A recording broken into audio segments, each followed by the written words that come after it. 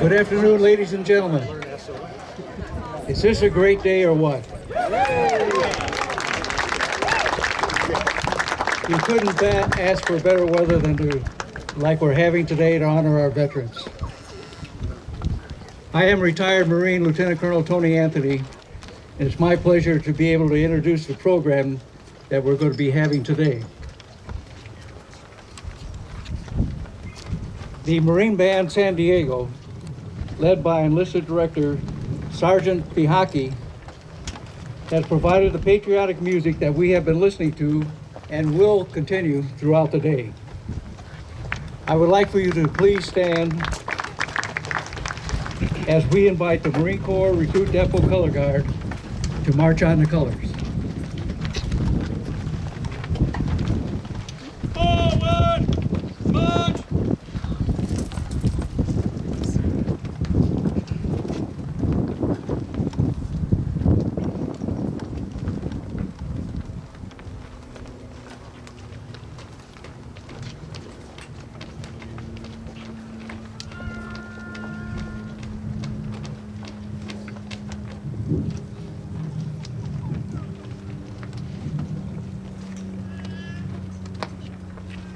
As many of you know, we always have two honored Veterans of the Year participate in these ceremonies. The Mount Soledad Memorial's Veteran of the Year and the San Diego County Veteran of the Year.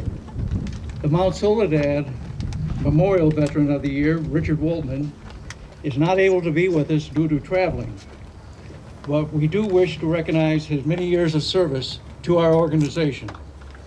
We are pleased to welcome the 2016-2017 San Diego County County Veteran of the Year, Nadira Sawher, a volunteer at the Veterans Village of San Diego, whose selection was announced at the Veteran of the Year luncheon held last Friday.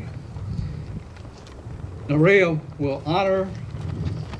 we are honored that you are with us today, and we invite you to lead us in our pledge to the flag.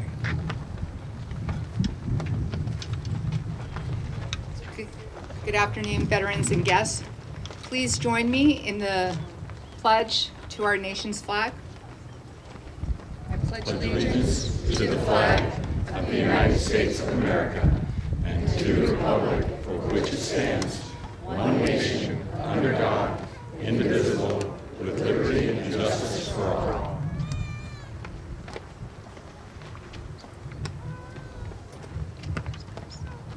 Retire the colors.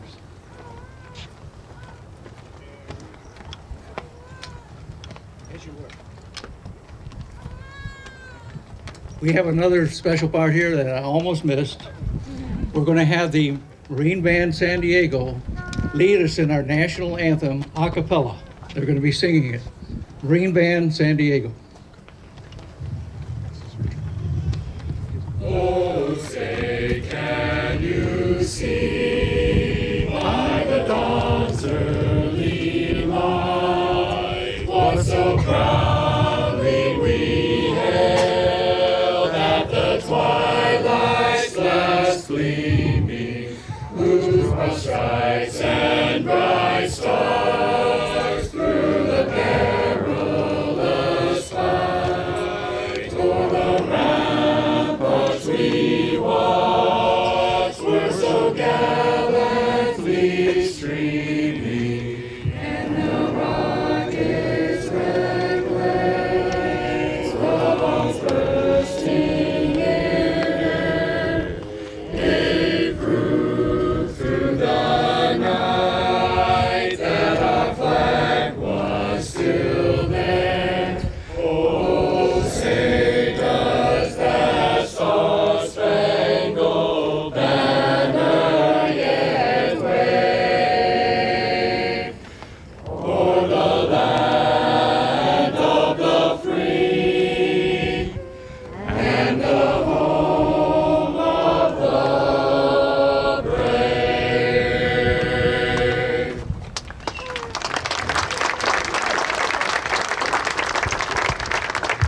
Thank you very much, Marine Band San Diego. Now retire the colors.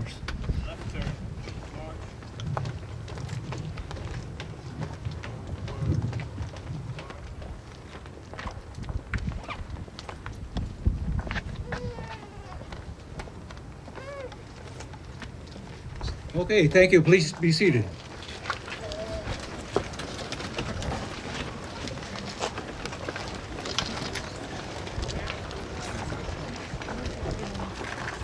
At this time, I would like to introduce Darcy Lufgren Pavich, who's the chaplain of Veterans Village of San Diego and stand-down director for the annual event supporting homeless veterans of San Diego. She will deliver today's invocation. Please join me in prayer. Lord, watch over the veterans of the United States Armed Forces. In recognition of loyal service to this nation, bless us with wholeness and peace, healing wounds seen and unseen, providing strength for direction in their lives that their lives have taken since serving.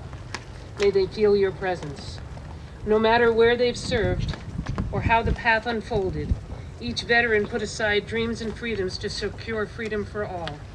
Each made a sacrifice so our citizens could sleep peacefully in their homes. Bless us in this ceremony today that honors all veterans. Amen.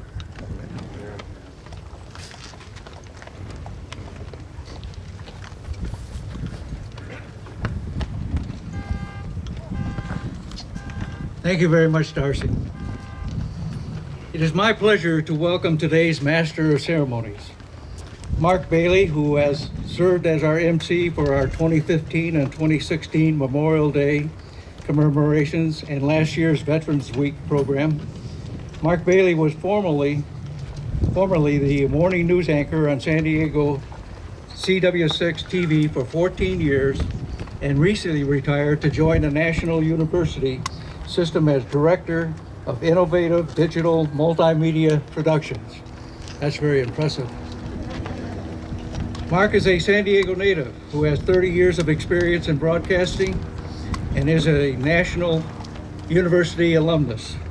He graduated in 1982 with a bachelor's degree in business administration, earning his degree while working full-time as a police officer with the San Diego Police Department. He has served as a reserve officer with the El Cajon Police Department since October 2009 and also teaches criminal justice classes at National University.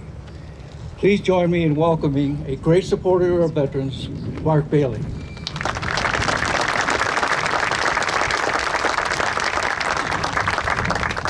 It's great to see everybody up here again today. Aren't you glad we moved Veterans Day to August? Isn't this great? Wow. You know, it is always, it is such a heartfelt pleasure to be included in these ceremonies, to be able to honor our veterans. But it's even a little more meaningful to me now that I've left television. I've been out of television for, 5 months now, and I already realize I have a shelf life when it comes to being offered the opportunity to MC events. I'm not on TV anymore. Nobody knew who I was then, barely. So I'm very honored to be here, and I'm grateful for the invitation. And while I haven't hit the expiration date yet, I do see more people picking up the carton, looking at the date, and sniffing the milk. So I'm glad to be here. Thank you for including me today. And what a day it's going to be. You're going to be so glad you're here. How many people are here for the first time that have never been to a Veterans Day or Memorial Day event on Mount Soledad? A few folks, give them a round of applause. God bless you. You're great Americans. Thank you for being here. And our veterans appreciate it too, the show of support. All right, it is my honor to introduce first a good friend and one heck of a good man, a great American, Lou Scanlon. He is the Mount Soledad Veteran Memorial's president at this time. And of course, Lou, very well known among law enforcement circles here in San Diego, amassing an almost 40-year career, 33 years with the San Diego Police Department. He retired as the assistant chief. That was back in 2007. And he couldn't stay away from law enforcement. Took a position as the chief of police with the city of Coronado. Served 7 years in that role, retiring again in 2013. He served as a fighter pilot aboard the USS Saratoga during the Vietnam War, then joined the Navy Reserves. He retired from the Naval Reserves at the rank of commander, having served 20 years. Give my friend Lou Scanlon a nice round of applause and welcome him.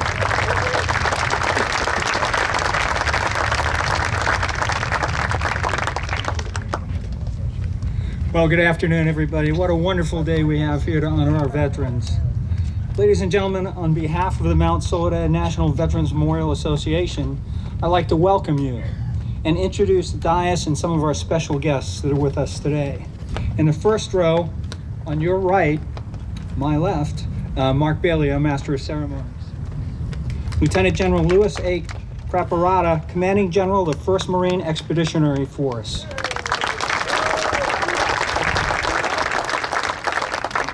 Mr. Dick Enberg, a Broadcaster Hall of Fame member and our speaker today. Also a great supporter of our memorial, and he has 2 uncles that have plaques up here. Our chaplain, Darcy Lovgren-Pavich, San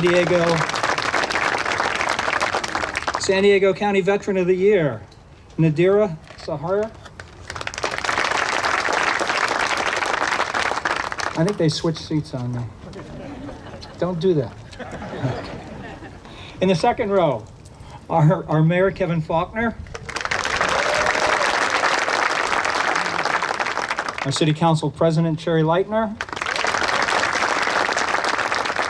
San Diego City Council member and Assembly member-elect, Todd Gloria.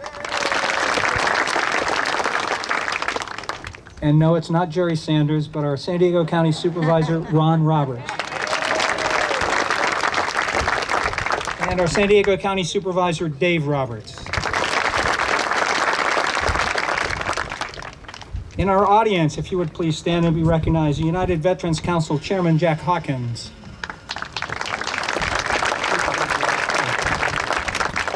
In our center section, our first responders, our Police Chief Shelley Zimmerman,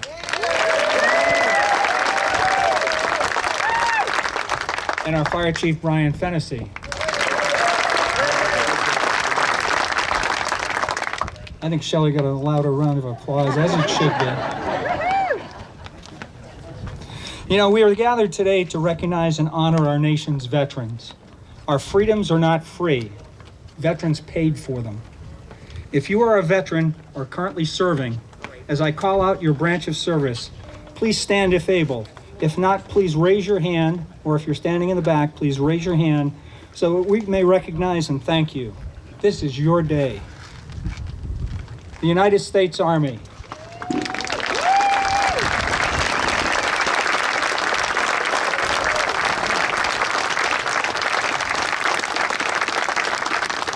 The United States Navy.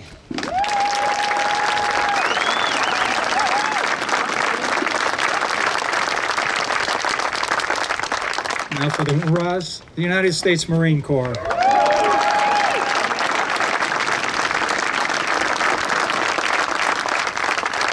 The United States Coast Guard.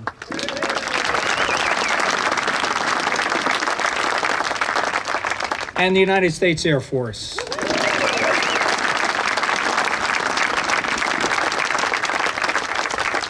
Thank you all for your service to our country. Now let me share a little bit about the memorial and the association. This year has been one of the most important in the history of the memorial and our association. As of July 17th, 2015, the association owns the National Veterans Memorial.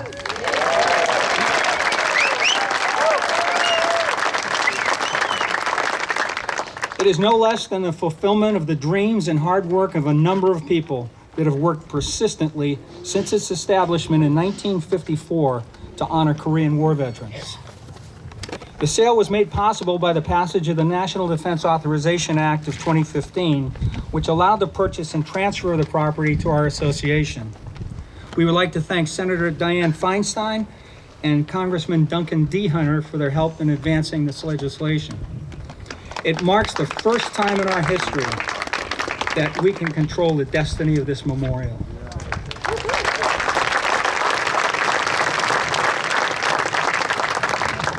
Moreover, we are confident that the nearly 27 years of litigation is now behind us.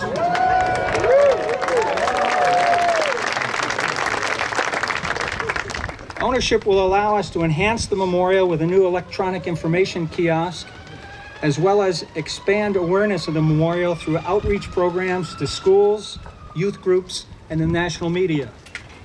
We brought power to the site, allowing us to light the steps and the United States flag, eliminating the need to raise and lower the flag each day. I'd like to thank Jim Kitchell and his group of volunteers that for over 12 years raised and lowered the flag each and every day.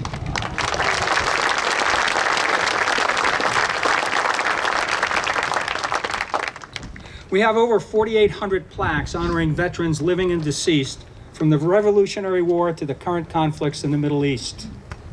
With the holiday season approaching, what better gift for a family member or friend than the gift of a plaque honoring their service? We have undertaken a major fundraising campaign to replenish the funds used to purchase the memorial, provide for its upkeep, add enhancements for visitors' convenience and safety, and expand our educational outreach. Future generations must never forget the sacrifice of our veterans and their families, which are so aptly honored on these walls. Our efforts were recently rewarded with the pledge of $500,000 by Papa Doug Manchester.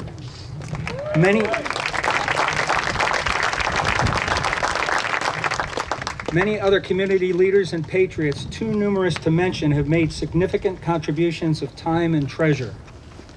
We have a number of them that are both bronze, silver, or gold donees to our campaign that are occupying the first couple of rows right here in the center. If you would, please stand up and let us thank you and honor you for your contribution.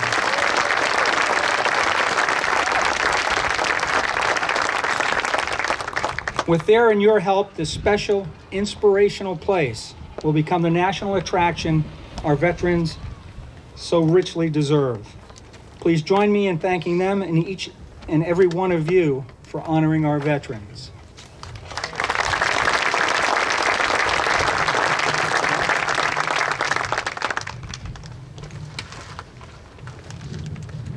All right, now it's my pleasure to invite San Diego Mayor Kevin Faulconer, City Council President Shelley Lightner, and County Supervisor Chairman Ron Roberts, who have proclamations from their constituencies to share with us here on this Veterans Day.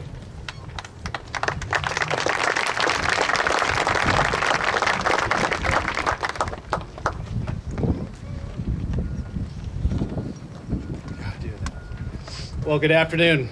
Thank you all for being here, and thank you so much. It's truly an honor to be here among so many people who care deeply about our military, our veterans, and our city.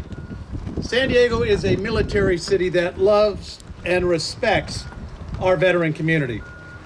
We can never fully repay the brave men and women who have done so much to protect our freedoms, but we do have an obligation to honor them. Veterans Day is the country's day, a way of elevating our men and women who have served. And the Mount Soledad Memorial is our city's way of elevating local veterans, lifting them up and you up to the highest level so that the entire city can recognize them for their heroism and bravery. There is no doubt that a very special relationship exists between the San Diego community and the United States military. We have more than 230,000 veterans in San Diego. Many of you who are here today, you have served on ships, you have been stationed overseas, you have been on the front lines. You have faced insurmountable challenges on behalf of our nation. Here at home, you are our neighbors, our friends, our brothers, our sisters, our sons and our daughters. You are our hometown heroes. On this Veterans Day, we do remember, all of us united, that freedom does not come freely. It's because of your sacrifice, because of your service, because you chose a lifetime of patriotism and courage, because you chose service above self. We live in the best country in the world, and it's because the men and women of our armed forces and our veterans who have made it that day. On behalf of our entire city and your mayor and my colleagues here on the City Council, we are delighted to present this proclamation that be it proclaimed that I, the mayor and the City Council of San Diego, for and behalf of the people of San Diego, does hereby declare November 11th, 2016 to be Mount Soledad Veterans Day ceremony in the city of San Diego. Thank you, men and women, our veterans community. Thank you very much.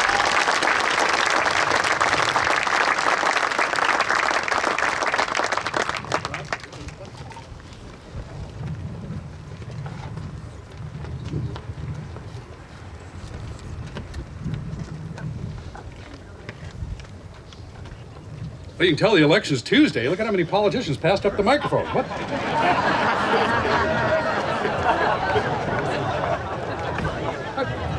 Oh, Sherry says, I'll take it. You know I'm teasing you. I love you all, and I miss seeing them on television and being able to interview them. These folks are some of the most transparent, accessible, available politicians anywhere in the country, and they're friends first and politicians second, so I love to tease them. Give them a round of applause. Some years ago, I was the ABC evening news anchor in Phoenix, Arizona, and I went back to New York to do some of those promos that you see, you know, where the local anchor cozies up with the network anchor. It makes it look like we hang out together, you know, have beers, play golf and all that. You know, the phony baloney things I'm talking about. Yeah, well, I was with Charlie Gibson on the set of Good Morning America. We had a wonderful conversation about what we do for a living. And I was kind of lamenting the fact that I really had done all this freelance work throughout my career, and I'd done just all kinds of sports and infomercials and news and you name it, I did it. And I kind of was lamenting the fact that I had never specialized in anything. And Gibson thought about it for a second. He looked at me and said, well, that's not who you and I are. We're not journalists, we're generalists. So I was really happy with that explanation. That meant I could know a little bit about everything and act like a know-it-all and get away with it the rest of my career. Until Dick Enberg came along. And I got to thinking about this the other day, and I realized this gentleman is the ultimate generalist in the world of sports. I mean, is there a sport that this man hasn't called and hasn't done? And he makes it look so easy, but he's not a generalist. He's an expert in every single one of these endeavors. It's been an amazing, amazing thing to behold. And I started thinking about what are the emotions that he's able to invoke in me. And the only thing I could liken it to was when I took my 5-year-old son to his first major league ball game, and he walked out through the tunnel and saw that grass, and his eyes got really big, and mine got really misty because I'm sure it was allergies. And we sat down and we shared our first hot dog and our first soda, and I told him, order whatever you want. And we were just having a grand old time. So he got a Rice Krispie treat and a big old cookie and probably some popcorn too. And I figured he was pretty full by this time. And I look over and he's waving wildly, and the only vendor I can see is the beer vendor. And I said, what are you doing, Michael? And he says, I'm getting you a beer. He's 5 years old now. And I said, well, Michael, I'm having Coke with you. He says, yeah, but Dad, they bring it right to you. And when Dick Enberg tells a story, it takes me back to those kinds of warm, wonderful emotions. And he does it day in, day out, 365 days a year. And it's just a thing to behold. And all I can say is, oh my, what a gift. Thank you, sir. Now today, we're going to honor one of San Diego's sports legends who also excelled in a lesser-known vein in World War II and in Korea for our country. We're talking about Ted Williams. And of course, if you haven't guessed by now, to commemorate Williams, we're pleased to be welcoming another legend from the sports world, Dr. Richard Allen Dick Enberg, the professor. Now, this past October 2nd, Dick Enberg finished his 7th and last season as broadcaster and announcer for the San Diego Padres with my good buddy Mark Grant, capping an outstanding 61-year career in sports broadcasting. Although he did tell me down here, he says, never use the word retire. There's always that next challenge. Now, his memoir, Oh My, is of course titled after his signature catchphrase that captured the excitement of countless outstanding plays and moments in our history. Dick has received 13 Emmys for sportscasting, writing and producing, 9 National Sportscaster of the Year awards, was the 2015 recipient of the Ford C. Frick Award presented annually for excellence in broadcasting by the National Baseball Hall of Fame and Museum. He is one of only 2 broadcasters to have been inducted into the Hall of Fames for football, basketball, and the sport that he loves the most, baseball. Dick started playing baseball while a kid growing up in Los Angeles' San Fernando Valley. When he was 11 years old, though, his family moved to Michigan, where his father bought a farm. Dick, I'm told, got his first sports gig at a Mount Pleasant, Michigan radio station in 1955, where, as a student at Central Michigan University, he needed money, so he went to work as a janitor. Not as a broadcaster originally, but when the station manager heard his voice, they hired Dick Enberg on as a weekend sports anchor, and the world of sports has never been the same.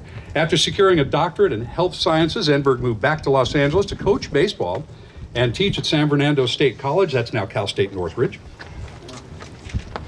And he also began working for several Los Angeles stations, became best known for sportscasting the UCLA basketball games and the Angels baseball games. In 1975, Dick Enberg joined NBC Sports, and for the next 25 years covered virtually, as I mentioned, all major sports. The NFL, including 8 Super Bowls, NBA, Major League Baseball, college baseball, basketball, the US Open golf tournament, Wimbledon, the French Open tennis tournaments, Major League boxing, horse racing, and the Olympics. You shouldn't have gotten up so soon. He joined CBS Sports in 2000, providing another decade of sports coverage, particularly for the NFL and college basketball. An enduring highlight of Enberg's broadcasting legacy, of course, is his ability, as I mentioned at the top, to provide warm and poignant reflections on the sporting events and the people he covers. They have become known as Enberg Essays, and oh my, are we pleased to hear one such essay today about Dick Enberg's longtime hero and friend, Ted Williams. Ladies and gentlemen, Dick Enberg. Thank you, ladies and gentlemen. Mark, you did forget one item here. I do take out the trash on Sunday night here in La Jolla. I'm immensely pleased, honored, excited to be here today to salute all veterans, and in particular my boyhood, my adulthood idol, Theodore Samuel Williams, San Diego's splendid splinter. He was a lifetime inspiration to me. We named our son Ted. His plaque joins, as we've already heard, nearly 5,000 here on Mount Soledad, and 2 of them are Enberg's, my uncles Toivo and Norman, World War II veterans. When you think about it, from private to general, from seaman to admiral, this is San Diego's military Hall of Fame. This is our Hall of Fame, and the fact that we all support it is part of the pride we have in our great city. Now, Ted Williams was not only the greatest baseball hitter ever, at least in my opinion, but was a heralded fighter pilot. Senator John Glenn called him his #1 all-time wingman. He had that incredible 2012 vision that could read the signature of a 100-mile-an-hour fastball and could locate the enemy at 500 miles an hour in midair. Certainly a life-saving advantage for the pilot Williams. As my idol, I taught myself to hit left-handed because I wanted to be like him, and I followed and cheered his career from the end of World War II. So please excuse me first if I address the baseball greatness of my hero. And incidentally, Ted's hero was General Douglas MacArthur. It all began for me in 1946. It was the end of the war. Gas rationing was over. Our family lived in the San Fernando Valley, and we went back to the Midwest to visit relatives in Minnesota and Michigan, and then came back by way of San Francisco.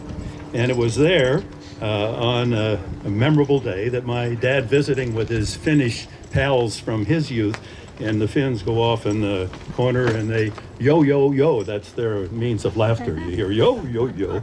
And the women were talking about babies. My sister was less than a year old, and I was excused to be on my own, delighted that I could go into the living room and sit by the big radio and turn on the 1946 All-Star Game and let my imagination go to work.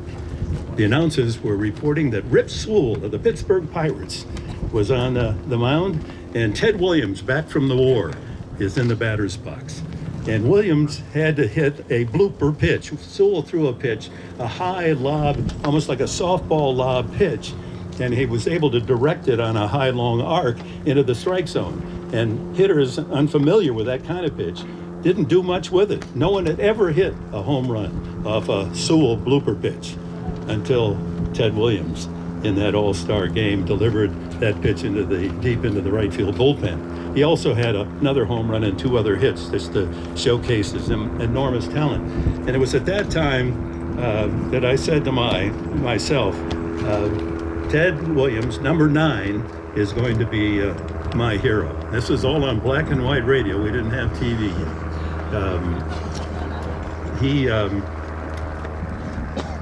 I wanted to mention it was his first season back in baseball after serving 3 years in the World War II.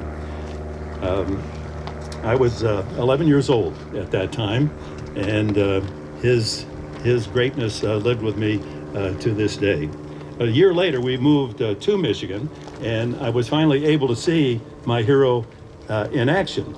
I would hitchhike from our farm into the city of Detroit, and I knew where the major league players, out-of-town players, stayed at the Book Cadillac Hotel downtown Detroit, and you could spot them when they came out of the hotel, because in those days they were dressed smartly, of course, and wore those brown and white or black and white wingtip shoes. That was the real giveaway. And on one day, here comes Ted Williams out of the hotel, and I was able to track him. He walked the 1 mile from the hotel to Briggs Stadium that became Tiger Stadium, and as he walked in stride, I stayed behind him. If he stopped, I stopped. If he looked in the window, I looked in the window behind him, never daring to enter his path and ask for a handshake or an autograph. But by the time he disappeared into the ballpark entrance, I was excited. I didn't need to go to the game. I was excited as a young kid could be. But I did go in, as I always did, to see Ted Williams take batting practice. To watch him hit in batting practice was to watch a great concert pianist in rehearsal. He hit all the right notes. His swing was as big as it was smooth, it was powerful, and it was pure. We could go on and on about Ted's brilliance, but for those of you who didn't follow baseball or Williams' career, I would be remiss if I didn't just mention some of the highlights of his career. He hit 521 home runs, and of course missed 5 years in his prime because he served for our country. His career batting average was .344. That's the 7th best all time. He won the batting championship 6 times. He was a 2-time Triple Crown winner. He had the most home runs, RBIs, and the best batting average in a given season. No left-handed hitter in the history of baseball accomplished that. He was in 19 All-Star games. 75 years ago, he was the last man to bat 400. No one's done it in the past 75 years. And I might add, at the age of 38, he told me if I couldn't run anymore, he said, if I'd had 5 more leg hits, he would hit 400 again at age 38 before he retired. And I think the most impressive statistic of all, his lifetime on-base percentage was .480. .480. That meant that almost one out of every 2 times he went to bat, he reached base safely. So if you're going to measure the quality of a baseball hitter by how many times he reaches safely and doesn't make an out, Ted Williams stands alone. There's no one close to .480, including the great Babe Ruth. But the other statistic, of which we all should admire, is those 5 years of service for his country. 2 different wars. 1942, 5 months after Pearl Harbor, he signed his induction papers, selected along with 29 others as a naval aviation cadet, stating, "I'm tickled to death to be in the program." Learning how to fly, he was praised for his navigational skills, earning his wings as a 2nd lieutenant flight instructor, released in 1946 here at Camp Miramar. 1952, after a few years back in baseball, he was called again, age 33, his draft number called for the Korean War. Reporting to the El Toro Marine Station, he served 2 years in Korea, completed 39 combat missions, once surviving a crash landing of his crippled Panther jet, barely escaping the cockpit after a belly landing at 200 miles an hour, skidded 9,000 feet, and for his good fortune, he didn't have a drop of fuel left, or the plane might have exploded. That's really getting home safe, isn't it? Ted loves it. When returning to baseball in 1953, they say he couldn't get rid of some of the military lexicon. He referred to the dugout as his cockpit, one of the few times a rare swing and miss for Ted. He was a perfectionist, driven to be the best, whether as a Navy pilot or as Baseball Hall of Famer. And I didn't mention he's also in the Fishing Hall of Fame as a fly fisherman extraordinaire. His personality, and some of you here have met him, electric. He was pure and power, just like his hitting.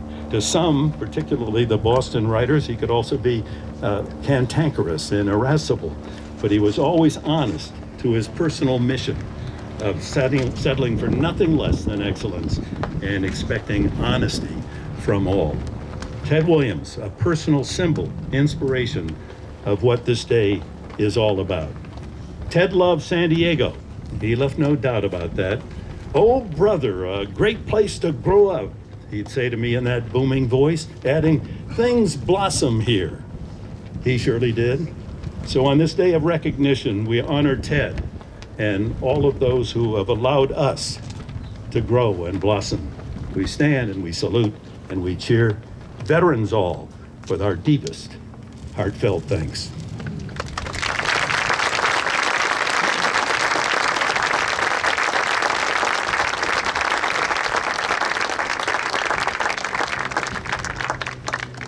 Nobody does it better. Thank you, Mr. Enberg. All right, at this time, I'd like to ask the Marine Corps Band to strike up the tribute music. And while they play, we're going to unveil a large replica over here on my right of the Ted Williams plaque that the audience may view after the ceremony. And his actual plaque is actually located over here on my left on the B wall, designated with a Veterans Day display on the top of that wall.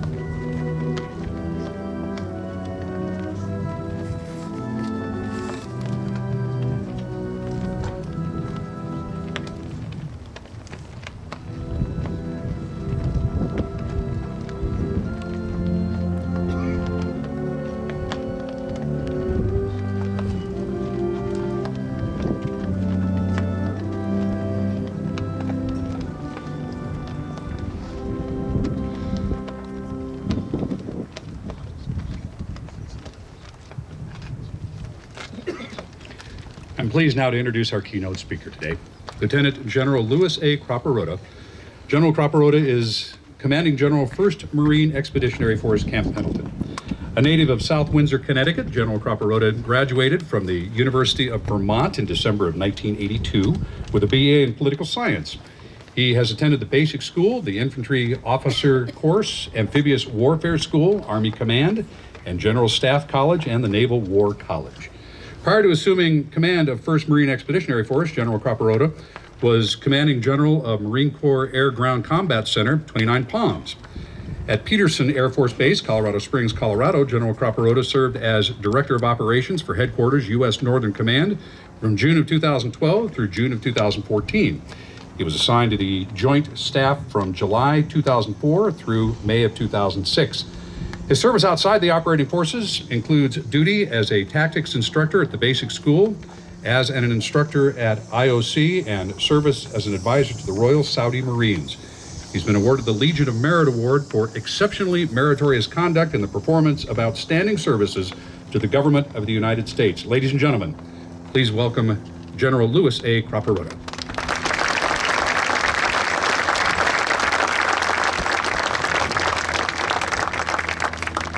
Well, good afternoon.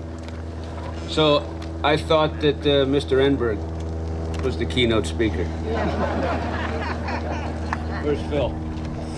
Anyway, so good afternoon. I'll confess I didn't raise my hand when they asked, but I think I've done 5 tours out here. The first one started in 1984. This is the first time I've been to this spot, and I want to thank everybody who contributes and everybody behind the scenes who fought for 27 years for this memorial. It's an honor for me and my wife to be here today. I want to thank Tony and Lou for the privilege of saying a couple words here this afternoon. So Veterans Day is one of only 2 federal holidays where we honor the living, the other being Labor Day. And wasn't mentioned yet, but Woodrow Wilson initially established Armistice Day after World War I. Eventually, over the years, I think it was 1954, finally redesignated Veterans Day. Really to honor veterans, those that have served in the armed forces. And if you're wearing a uniform today, it's not real important that you honor our service. The priority is to celebrate veterans and recognize those that have served, worn the cloth of our nation. Every veteran, simply by their service, made a choice as to what kind of world they wanted their children to grow up in and what kind of opportunities they wanted to ensure existed for our future generations. And it really doesn't matter if you were drafted into service or if you volunteered, because every veteran shared a risk and a sacrifice that was bigger than themselves. Personally, I don't come from a military family, but my father and 4 of his brothers all wore a service uniform during World War II. I think they did so out of a sense of obligation to give something back to this country. My grandparents had come through Ellis Island, and I believe that this country offered them an opportunity, and it was assumed that when their country needed their men to go off to war, that their sons would answer that call. Today we honor Ted Williams, perhaps another example of a man who felt an obligation to this country. The epitome of a man who put his life on hold when he felt his country needed his service. In his second call up to Korea, where he flew the 39 combat missions, he was in the prime of his career.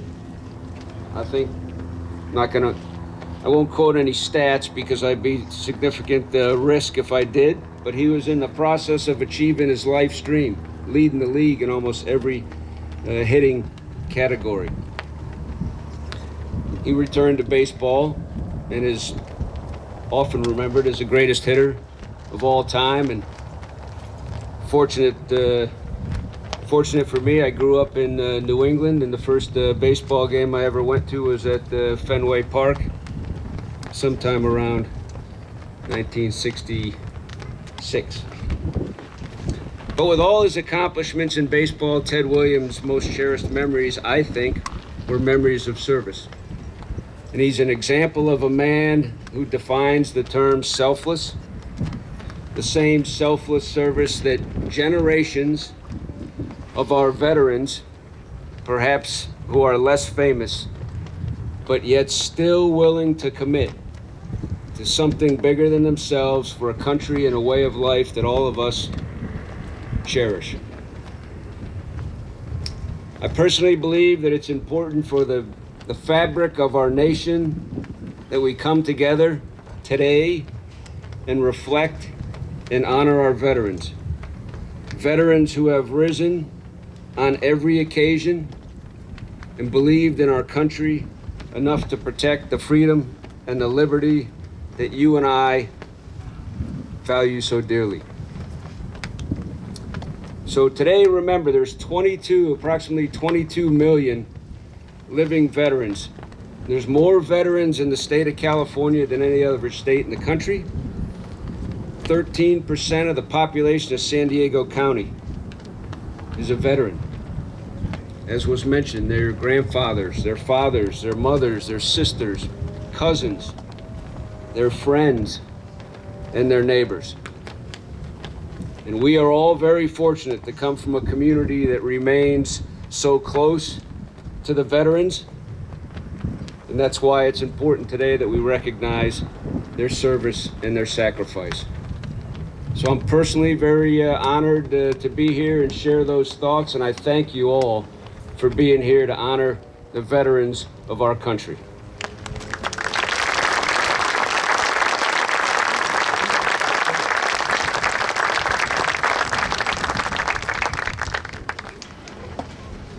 right, this next part is always a little bit tricky when you're trying to time out a flyover.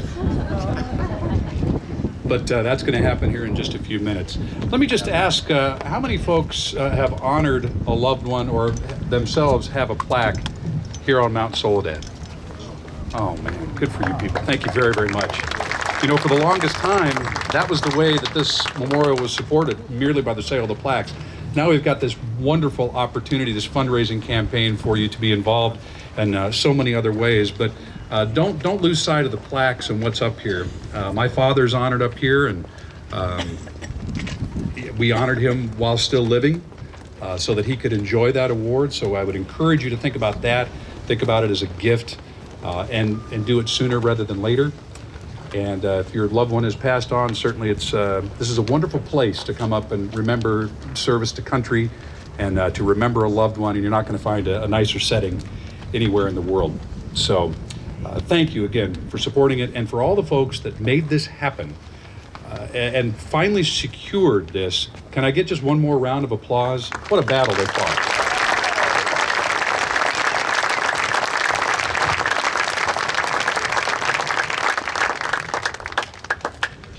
Now, we could sick them on some of the other things we've been talking about since I was a kid. You all know the issues we've been hearing about forever, but this one we finally got to see resolved, and I'm so grateful. All right, here in just the next few moments, you're going to witness a flyover. Now, these will be several vintage World War II aircraft. Several of these types of aircraft were, in fact, flown by Ted Williams when he began his military flying career. Today's aircraft are being flown by Air Group 1, El Cajon, with multiple partners from Gillespie and Ramona Fields. These groups fly today to recognize our active duty service members, local veterans, and our fallen comrades, while also instilling the love of aviation and the service to our youth. No, that's not it. We can do a little better, I promise you. And I'm going to go ahead and give you the kind of the intro now while the planes are getting into place and coming in. And it might get a little bit loud when they fly over, and so you'll want to hear this ahead of time anyway. First up, you'll see two T-6 SNJ Texan aircraft. Now, the Texan was an advanced trainer in World War II that trained at the United States Army Air Forces, United States Navy, Royal Air Force, and other air forces of the British Commonwealth during World War II and into the 1950s. Aboard the aircraft, pilots were trained in advanced military flying techniques, including aerial gunnery, bombing, even landing aboard aircraft carriers, such as the USS Midway, which of course is now a museum here in San Diego. How many people have visited the Midway? Beautiful, just about all of you. But when that first was proposed, was there anybody else here that would admit, man, I don't know if that's going to be successful or not? No, none of you doubted. But boy, I saw a couple of hands there. Yeah, I wasn't sure, but it's now is it one of the most visited museums in the world now? Absolutely incredible, absolutely wonderful. Now, over 17,000 of these planes that we're going to see here were built, and no better aircraft could symbolize America's aviation status in World War II than this premier advanced flight trainer. First flown in April of 1935, the Texan was used to train more fighter and bomber pilots than any other single series aircraft type. And now I see them coming. Now, along with them, and this is tricky to get this all lined up speed-wise, will be the Stearman Model 75. Now, that's a biplane, obviously used as a military trainer aircraft, which is with at least 10,000 built in the United States during the 1930s and 40s. The Stearman aircraft became a subsidiary of Boeing in 1934. It served as a primary trainer for the U.S. Army Air Forces, the U.S. Navy, and with the Royal Canadian Air Force throughout World War II. This was the first aircraft that any Army, Air Corps, Navy, or Marine pilot candidate, such as Ted Williams, would have flown before and during World War II.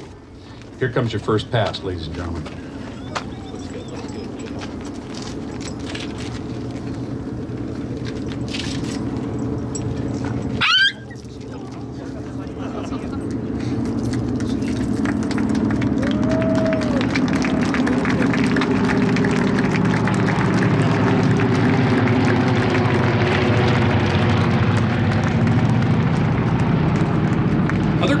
Again, you'll get a chance to take another picture here. Today's Texan flight is led by Alton Boots McCormick, a veteran Air Force pilot who flew the A-10 and F-16 And in the silver and green SNJ, nicknamed Sassy. Also flying today is his wingman, Navy veteran Jim Harvey McGarvey, who flew F-8s, and that was during the 1970s. All right, leading that Stearman formation is Bob Simon, formerly a U.S. Navy and commercial airline pilot.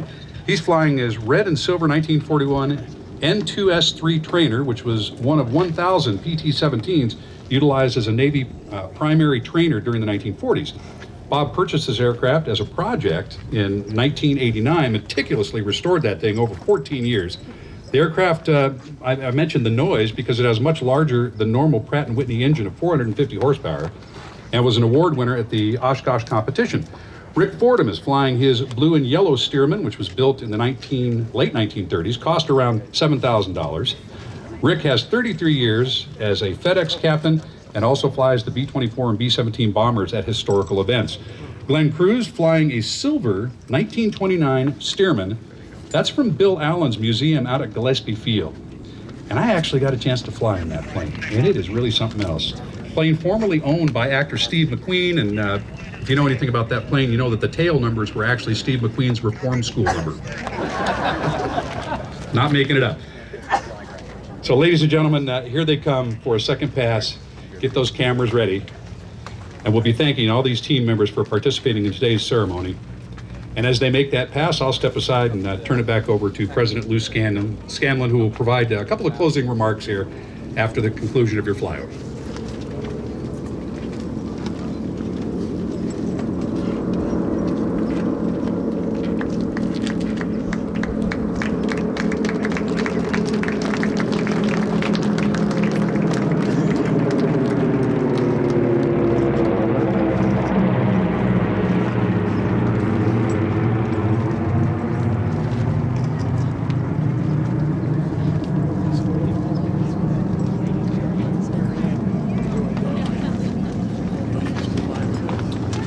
You know, I've been told that the pilots can actually hear you. They've got a radio connection down here, so as you applaud as they go by, they can hear you in the cockpit. Those of them that aren't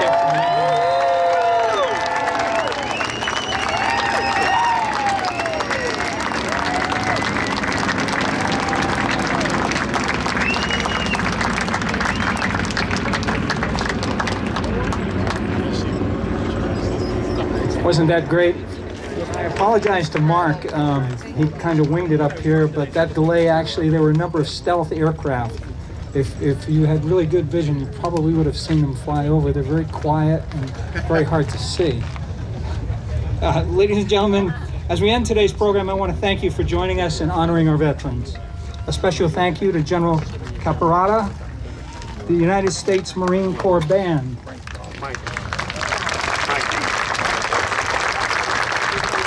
the Marine Corps Recruit Depot Color Guard,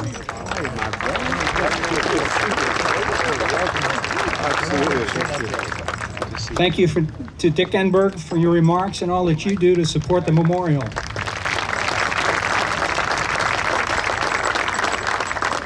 My apologies to Dick also. He said he would not speak if his introduction was going to be long. You know, it can't be long enough. He's done so much for this community and for sports and for this nation. Thank you to Mayor Faulconer, Council President Lightner, Supervisor Ron Roberts for the proclamations today, and all of our elected officials.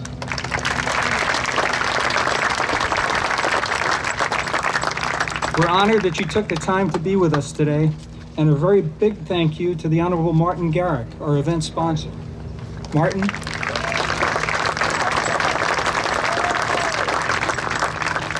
And the Old Town Trolley. For those of you that don't know, they donate transportation at our Memorial Day and Veterans Day ceremonies year after year.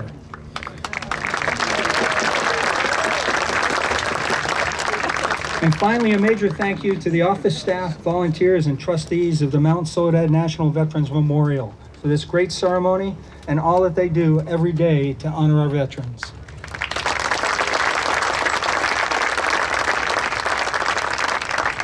If you do have an interest in honoring a veteran with a plaque or donating to the association or volunteering your time, see one of the people in the tents at the rear and they'll be able to assist you. If you are able, please stand now, join with me and the San Diego Marine Corps Band as we conclude our ceremony with the singing of God Bless America.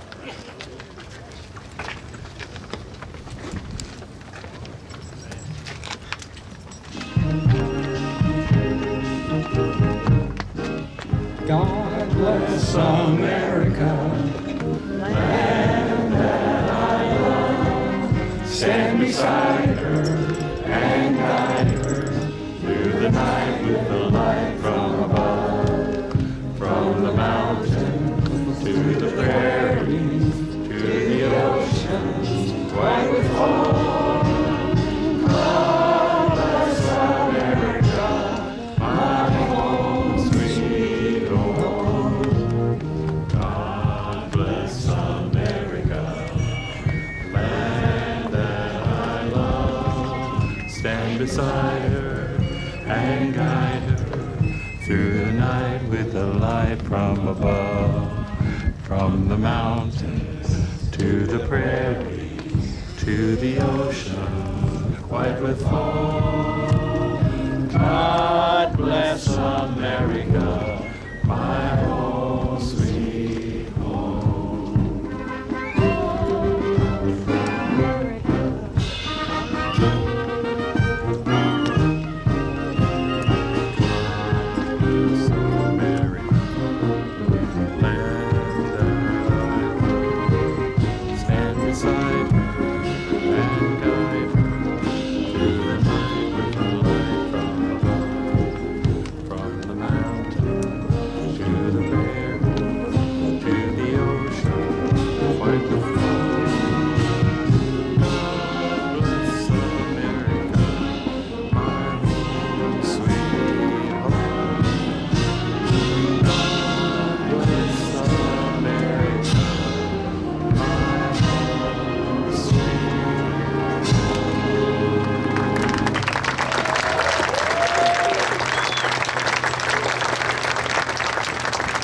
Thank you, San Diego Marine Corps Band. Ladies and gentlemen, this concludes our ceremony. God did truly bless America and continues to do so. Thank you for attending.